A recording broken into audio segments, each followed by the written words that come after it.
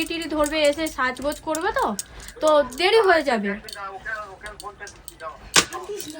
আজকে ছিল 4th makeup ব্যাচে colour wheel theory knowledge session এবং একটা ব্রাইডাল বুকিং। আর আমার তো প্রতিদিন কিছু না কিছু পার্সেল আসতেই থাকে। এরপর দেখলাম আমার স্টুডেন্টরা প্রত্যেকে চলে এলো আর আমি কিন্তু এখানে ক্লাস করানো শুরু করে দিয়েছিলাম। আজকে ওদের ডে 3 ছিল।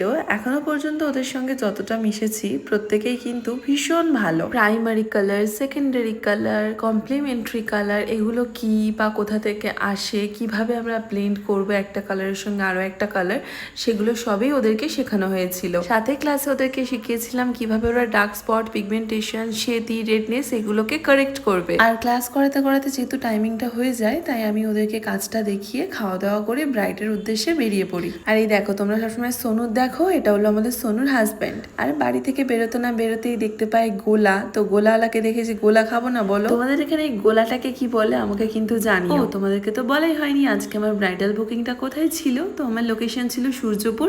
আর রেল লাইন ধরে যখন যাই আমি এরকম এত সুন্দর সুন্দর করমচা গাছ দেখতে পাই। আর আমি তো জীবনে কখনো পাহাড়ে যাইনি, তবে যেটুকুনি আমার এখানে নেমে মনে হলো যে আমি যেন পাহাড় থেকে নামছি। আর এখানে দেখতে পেলাম মেয়েদের খুব ফেভারিট একটা ফল, সেটা হলো তেঁতুল। আর এরপর যেতে যেতে দেখলাম একটা গাছ উল্টে পড়ে আছে, বোধহয় এটা ওই তেঁতুল গাছটাই আমফানের কারণে কিন্তু উল্টে পড়েছিল, তাও গাছে ফল ভর্তি ছিল। এটা ছিল আমার আজকের ব্রাইড। তো ব্রাইড প্রথমে পড়তে চেয়েছিল একটা লেন্স, তো লেন্সটাও পরে নেয়। দেখো, আমি কিন্তু আমার ব্রাইডদেরকে লেন্স দিই না, যারা পড়তে চায় তারা নিজেরাই কিনে রাখে। মাঝে বেশি সোশ্যাল মিডিয়ায় কিছু কিছু প্রবলেম চোখে পড়ে, যেমন ধরো চোখে লাল হয়ে গেছে ব্রাইডদের, বা চোখ জ্বালা করছে, কারণ কি ঠিকঠাকভাবে লেন্সটা না খুললে বা চোখে রেখে দিলে ওই অবস্থায় ঘুমালে কিন্তু এই প্রবলেমগুলো দেখা যায়। তো আজকের ওর মেকআপটা ছিল একটা এইচডি মেকআপের উপর প্যাকেজ, বাট গরমকালে চেষ্টা করি যতটা পারি একটা ক্লায়েন্টকে waterproof and sweat resistant makeup দেওয়া। তেমনভাবেই আজকে আমার ব্রাইডের কিন্তু সব থেকে যে প্রবলেমটা ছিল, তার কিন্তু প্রচণ্ড পরিমাণে সোয়েটিংয়ের প্রবলেম ছিল।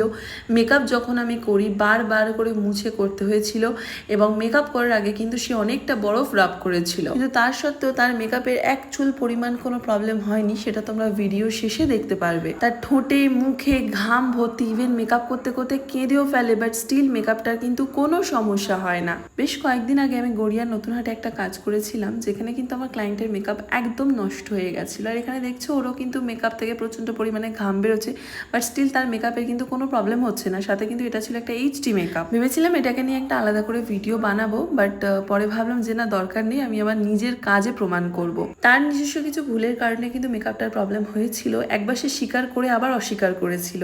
তো আমি আর বেশি কিছু বলিনি। দেখো, যে বুঝবে না তাকে বোঝানোও যাবে না। এরপর বাড়িতে এসে একটুখানি পার্পল মাস্ক লাগাই। তোমরা যদি জেনে থাকো এটা কোন মাস্কটা, অবশ্যই কমেন্ট করে জানিও। তো চলো, টাটা।